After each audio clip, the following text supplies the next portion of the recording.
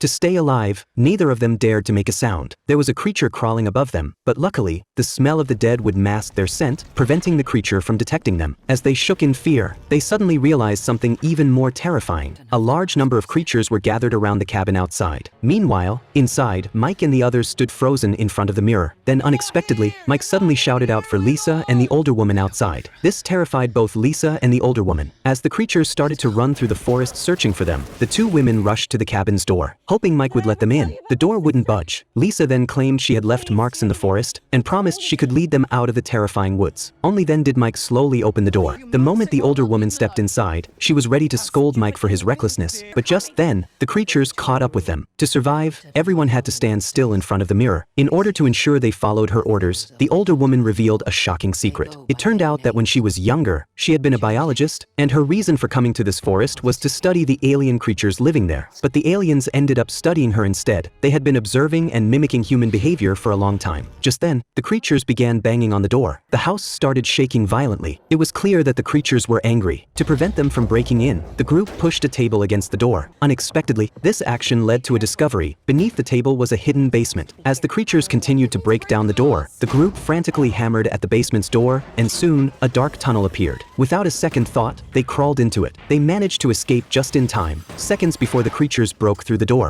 When they entered the basement, they were stunned. Not only was there an abundance of supplies, but there was also a computer. To their surprise, the computer was still functional. Though it wasn't connected to the internet, they found hundreds of short videos on it. The videos recorded a biologist who had been studying the alien creatures in this cabin.